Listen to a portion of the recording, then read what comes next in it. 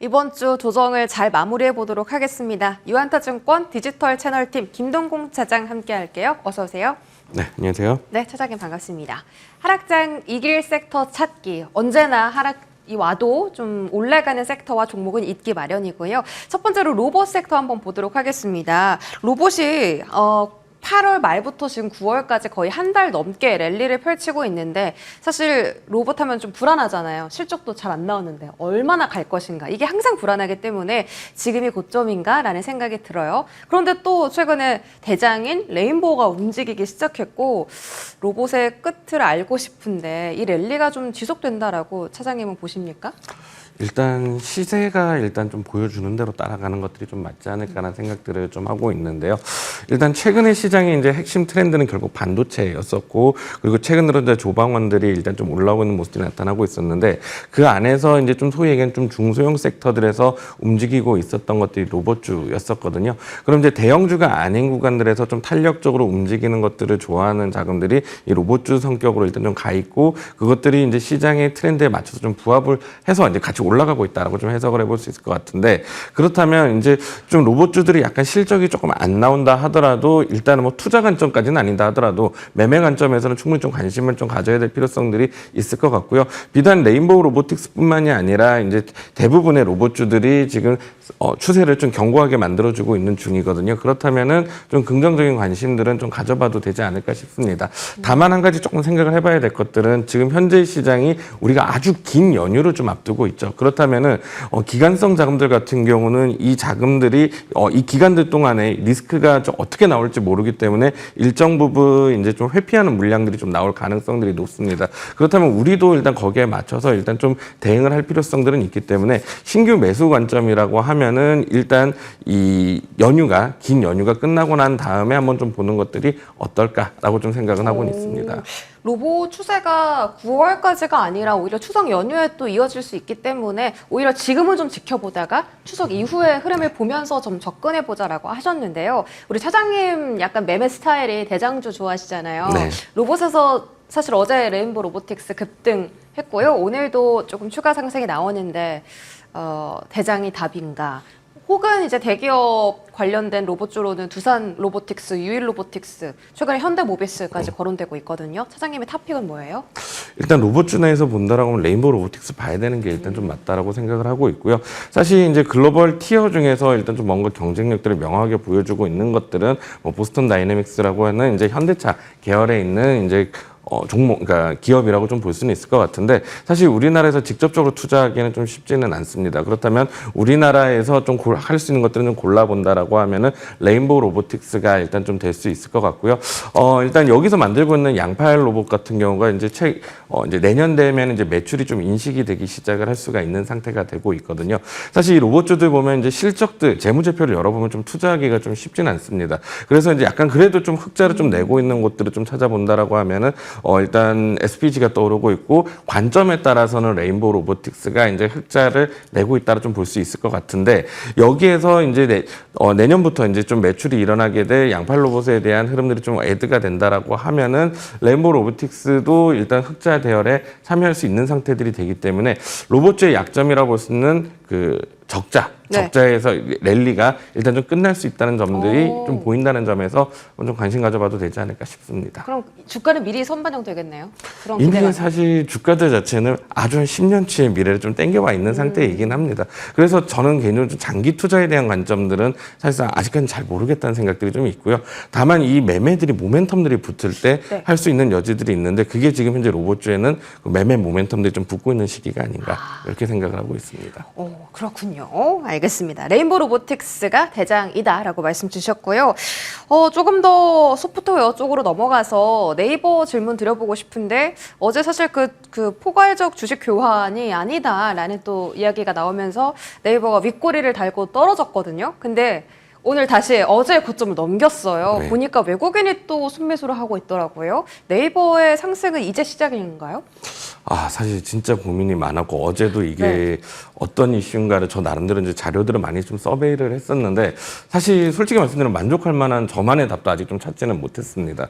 그런데 일단 지금 현재 이 AI 관련돼 있는 이슈들을 좀 놓고 본다라고 하면은 네이버 같은 경우는 아직까지 소버린 AI가 어디까지 갈 것인가에 대한 생각들은 아직까지는 사실 조금 물음표들이 일단 좀 찍히고 있는 것 같고 다만 이제 여기에서 이슈들이 지금 네이버 중심으로 AI 소프트웨어라면 우리나라에서 네이버 쪽으로 일단 좀 우호적인 여건들이 좀 갖춰져 가고 있는 상태이기 때문에 그래도 본다면 AI 소프트웨어를 봐야 된다라는 생각들은 하고는 있습니다. 하지만 네. 우리나라가 이제 AI에서 투자를 할 거다. 명확히 좀 투자를 할 거다라는 생각들을 한다라고 하면은 여러 번 말씀드렸던 것 같기는 한데요. 소프트웨어보다는 하드웨어 쪽으로. 결국 그 하드웨어는 반도체 쪽이다. AI 소프트웨어는 그러니까 메인 DC라는 개념들보다는 사이드 메뉴 정도 선에서 이제 흐름이 왔을 때 좀 치고받는 그러니까 그런 매매를 하는 쪽으로 좀 포커싱을 맞으면 될 것 같은데 지금은 이제 좀 고를 수 있는 시기 정도는 돼 있는 것 같다. 이렇게 좀 이야기는 드려볼 수 있을 것 같습니다. 역시나 조금 보수적인 관점을 제시해 주셨습니다.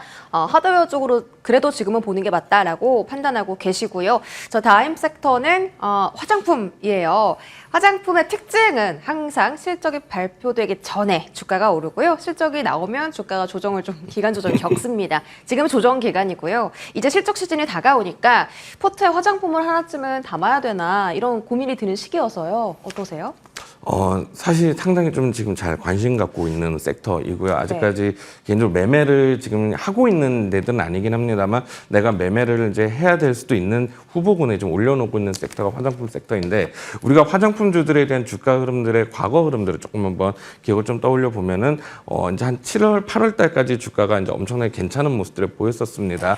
그러다가 이제 8월 달에 실적이 예상치보다는 조금 못 나왔다라는 인식들과 그리고 8월 수출들이 이제 지금 조금 썩 좋지 않아, 죄송합니다. 7월 수출들이 썩 좋지는 않았다는 인식들이 일단 좀 나오면서 주가가 좀 조정세를 보이는 모습들이 나타났었는데 이번에 지금 9월 달에 지금 나오고 있는 이제 수출 지표들 양들을 좀 생각을 해보면은 그래도 좀 많이 복구를 하고 있는 모습들이고요. 그리고 기존에 있었던 이 실적들에 대한 흐름들이 너무 높아진 눈높이에 실적이 부합을 못했다라고 생각을 할 수 있을 것 같고 그리고 그 자체의 실적에 대한 추세선들을 놓고 본다라고 하면 나쁘다라고 볼 이유는 좀 없을 것 같거든요.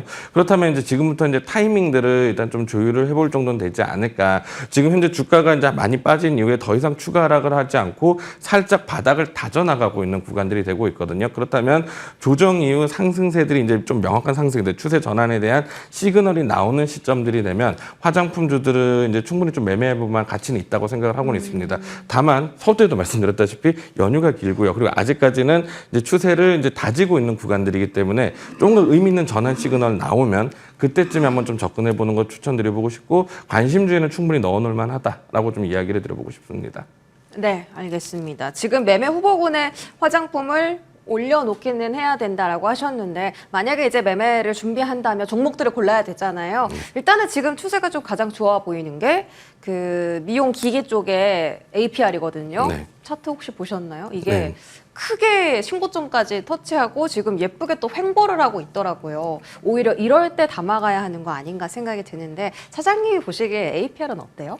최우선순위로 봐야 될 것들이 APR이랑 ODM사들이라고 좀 생각은 하고는 있습니다. 네. 근데 일단 APR 같은 경우는 실적이 지금 상당히 좀 잘 나오고 있죠. 지난번 나왔던 실적들도 예상치를 조금 예상치를 그게 하회한 건가라는 생각도 아직 좀 들기는 해요. 근데 일단 시장에서의 눈높이에는 좀 못 미쳤다는 측면들 때문에 일단 좀 밀렸다라고 이제 볼 수는 있을 것 같고 그러니까 실적이 잘 나왔기 때문에 다시 한번 이제 좀 재차 올라오고 있는 중이다라고 얘기했을 것 같은데 사실 이 기업 같은 경우는 이제 사실상 미용기기 쪽이 있고 그다음에 화장품 쪽이 있는데 지금 화장품 쪽에서의 매출들이 더 커지고 있는 분위기라고 좀 볼 수 있을 것 같거든요. 그와 함께 실적들이 증가를 하고 있는 상태들이 되고 있기 때문에 충분히 이제 최선두권에서의 이제 좀 화장품 섹터 내에서 가장 이제 실적 개선 속도가 가파른 것만큼 최선두권에 놓고 봐도 무방하지 않을까 싶습니다. APR 역시나 최우선 그리고 경쟁사도 함께 봐야 된다라고 언급해 주셨고요. 화장품 쪽에서 또 실적 기대되는 쪽이 ODM 쪽인데 뭐 코스맥스나 코스메카 코리아 이런 종목들이 사실은 지금 고점 대비해서 조정을 좀 많이 받았거든요. 가격적 메리트 있습니까? 가격적 메리트 충분히 좀 있는 자리다라고 생각을 하고 있고요. 다만 이제 지금 다지고 있는 자리니까 네. 아까도 말씀드렸지만 턴하는 모습들을 좀 확인해 볼 필요성들 정도가 좀 있다라고 생각은 하고는 있어요. 결국 이 ODM사 지금 최근에 이제 화장품들이 좀 여름까지 잘 움직였었던 배경들이 결국은 시장의 전체적인 트렌드 자체가 가성비 위주의 트렌드로 좀 이루어지고 있다는 점들, 그리고 이제 화장품 그런 가성비 위주의 트렌드들이 결국 이제 프랑스 바로 아래까지 이제 화장품 대국으로 커가고 있다는 점들, 그것들을 이용해서 하는 점들이 일단 지금 우리나라 화장품주들이 움직이고 있는 요인들이었다 볼 수 있을 것 같은데, 그 중심에는 결국 가성비라고 하면은 결국 ODM사들이 끼게 되거든요. 때문에 이제 ODM사들은 계속해서 좀 봐야 되는 종목들이다라고 좀 이야기 드리고 싶습니다. ODM 중에서 가장 눈여겨보시는 혹시 기업도 있으세요? 뭐 사실 두 종목이라고 봐야 될 것 같은데요. 코스맥스와 그리고 한국콜마를 좀 봐야 될 것 같다라고 생각하고 있습니다. 한국콜마도 최근에 진짜 가격 조정 많이 받았는데 코스맥스하고 한국콜마 이렇게 두 종목 말씀 주셨고요. 관심 있게 한번 지켜보시죠.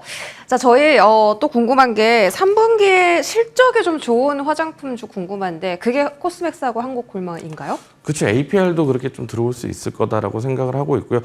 개인적으로 제일 좀 유망하다라고 보는 것들이 이제 ODM사, 한국콜마, 코스맥스 그리고 APR이라고 좀 볼 수 있을 것 같고, 다만 대형 화장품사들 뭐 아모레퍼시픽이나 LG생활건강 같은 경우는 좀 확인해야 될 것들이 일단 좀 더 있는 상황이 아닌가라고 생각하고 있습니다. 보통 사장의 화장품주가 움직이면 항상 실리콘투가 대장이었는데 이제는 좀 잠잠해진 거예요?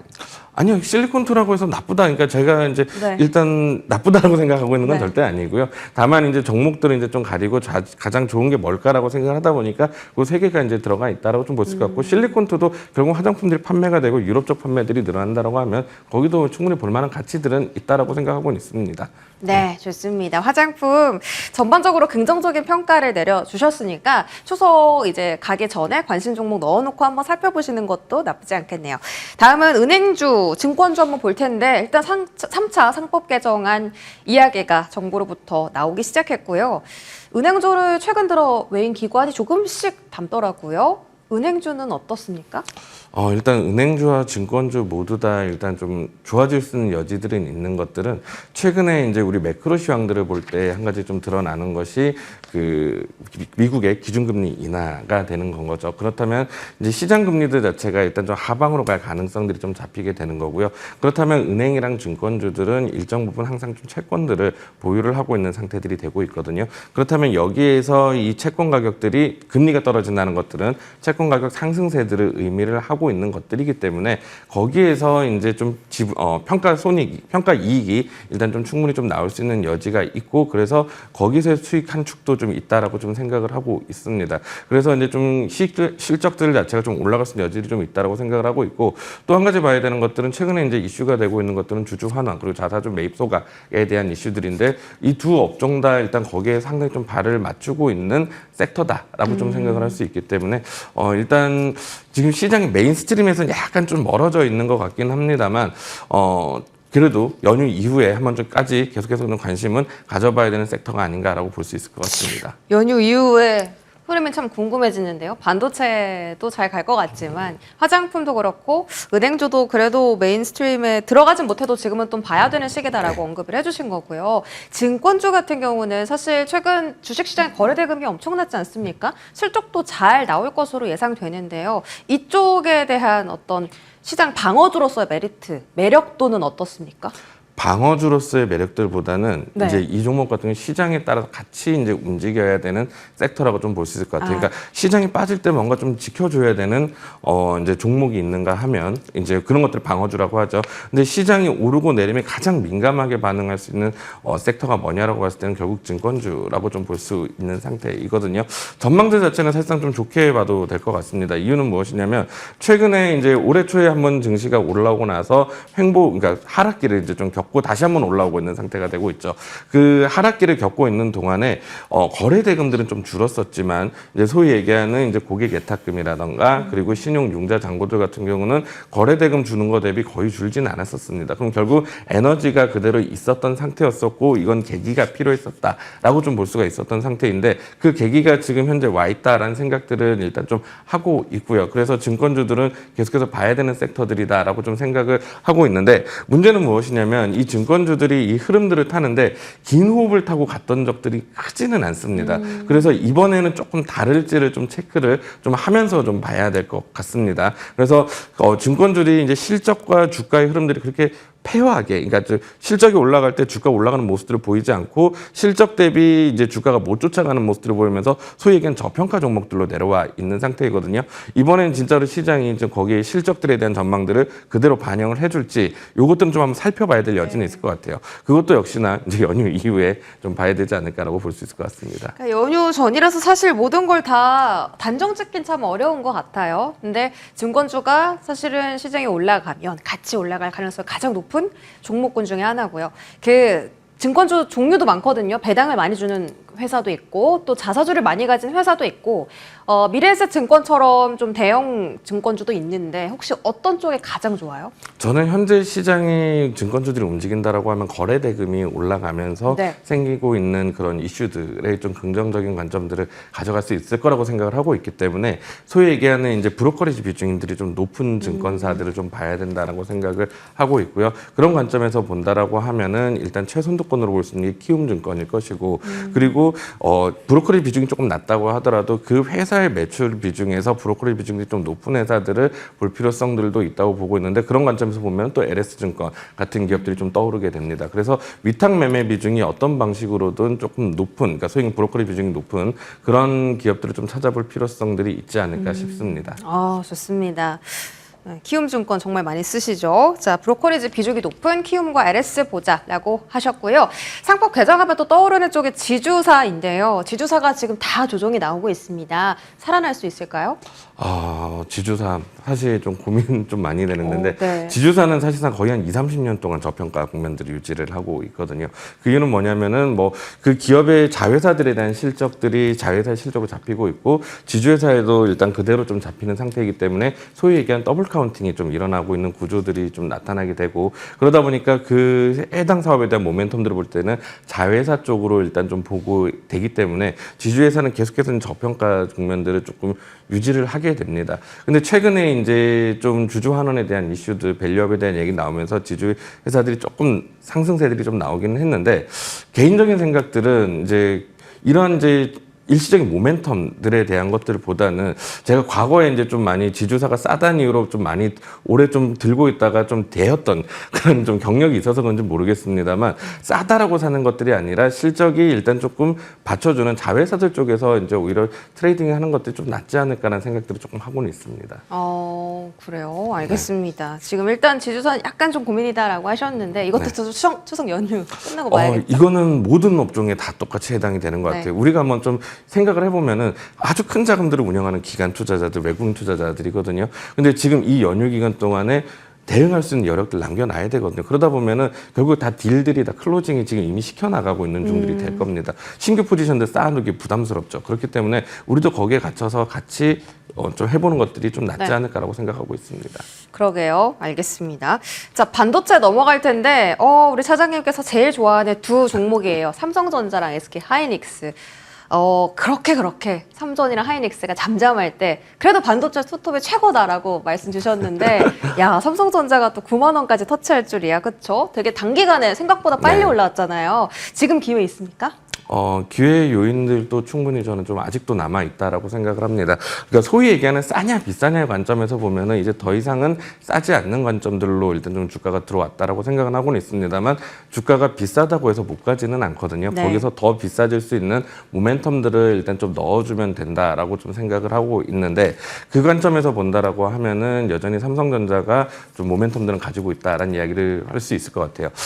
지난 거의 한 2년 동안 이제 엔비디아의 삼성전자가 제대로 된 납품을 하느냐 못하느냐에 대해서는 이제 설왕설래가 많았습니다. 항상 단독이란 이름의 보도가 나왔었고 그것들이 이제 좀 결국은 이제 오보로 일단 좀 치부가 되는 현상들이 있었는데 이번에 나왔던 것들은 조금 진짜인 거 아닐까라는 생각들이 일단 좀 들게 만드는 분위기가 갖춰져 가고 있거든요. 거기에서 그동안에 AI에 이제 좀 주로 분류가 안 되고 있던 삼성전자가 AI 주로 좀 분류가 되기 시작을 한다라고 하면은 좀 긍정적인 흐름도 좀 탈 수 있을 거라 보고 있고요. 뭐 항상 좀 드렸던 이야기긴 합니다만 삼성전자의 골칫덩어리라고 볼 수 있었던 파운드리 쪽에서도 돌파구가 생기고 있는 상황이고 그리고 HBM 쪽에서 계속된 긍정적인 모습들이 나오고 있었는데 HBM 쪽으로 생산 라인들이 계속 돌리다 보니까 소위 얘기하는 범용 반도체 가격들이 계속해서 올라오고 있는 형국들이 됐고요. 그렇다면 양이라는 관점, 생산 라인, 이 범용 반도체 시장에서는 양들이 좀 중요하게 되는데 결국 양이라는 관점에서는 삼성전자가 최근에 SK하이닉스한테 밀리는 모습들을 보이고 있다고 하더라도 확실한 우위를 점하고 있는 건 양이거든요. 그렇다면 네. 삼성전자의 흐름들은 좀 긍정적으로 나타날 수 있는 여지들이 좀 있다라고 보고 있습니다. 네. 아무래도 삼성전자 뭐 압도적으로 생산 능력이 크기 때문에 네. 캐파가 크다라고 하죠. 그러면 저 제일 궁금한 게 이제 메모리 가격 인상 사이클이 왔다고 하잖아요. 이게 내년까지 지속될 거라고 해서 이제 그럼 제일 큰 수혜를 어디가 가져갈까 소부장에서 그게 제일 궁금한던데요. 네. 일단 이제 최근에 장비 증설들 자체가 좀 일어나고 있는 상태들이 되기 때문에 이제 장비주들을 일단 조금 봐야 되는 상태들이 좀 나타날 수 있다고 보고 있고요. 그래서 내년 상반기 정도까지는 이제 한 1분기 정도까지는 장비주들로 일단 좀 보고 그리고 그것들이 이제 캐파 투자 들어갔던 것들이 이제 장비 투자 들어갔던 것들이 이제 실제로 소재들을 이제 사용을 하면서 이제 매출들이 일어나기 시작을 할 거거든요. 그렇다면은 이제 내년 1분기 이후에는 일단 소재주들에 대한 움직임들이 좀 더 좋아질 거다라고 생각을 하고 있는데 사실 소부장단들이 움직일 때 미세한 모습, 그러니까 지나고 나서 본다라고 하면은 결국은 이제 이때는 뭐가 좋았어, 이때는 뭐 장비가 좋았어 이런 얘기들을 좀 할 수 있습니다만 움직일 때 당시의 모습들을 살펴본다 그러면 크게 차이는 없습니다. 그렇기 때문에 소부장단들은 이제 그 시간대에서 뭐가 제일 좋을까를 일단 좀 생각을 그 현상들을 보고 대응하는 게 좋을 것 같고요. 일단 이제 그 예상과 해서 이제 좀 범위를 좀 좁혀보는 이야기를 좀 드려본다 그러면 일단은 장비 쪽일 가능성이 좀 높지 않을까라고 보고 있습니다. 장비 안에서의 혹시 탑픽도 있으세요? 이 얘기도 조금 몇 번 들었던 얘기는 한데 일단 전 개인적으로는 일단 주성 엔지니어링 조금 보고 있는 상태이고요. 그리고 지금 현재 실적들이 한참 잘 나오고 있는 것들이 클린룸 쪽에 이제 맞아요. 미국의 테일러 공장 쪽에 클린룸 장비들이 이제 완공이 돼가고 있는 추세이기 때문에 지금 현재 실적이 발생한 것들은 소위 얘기하는 신성인지 한양인지 쪽에서 발생을 할 가능성들이 좀 있다고 보고 있습니다. 주성 엔지니어링과 클린룸 계속 말씀 주신 이야기인데 이제 최근의 시장 흐름에 따라 혹시 이제 바뀐 게 있나 싶어서 여쭤봤고요. 여전히 주성 엔지니어링 말씀 주셨습니다. 자, 지금 시장이 사실 단기 조정이 불가피하다라고 이야기가 나오는 상황이 있잖아요. 단기 반등이 일어난다면 혹시 시기적으로는 언제쯤이 적절하다라고 보십니까?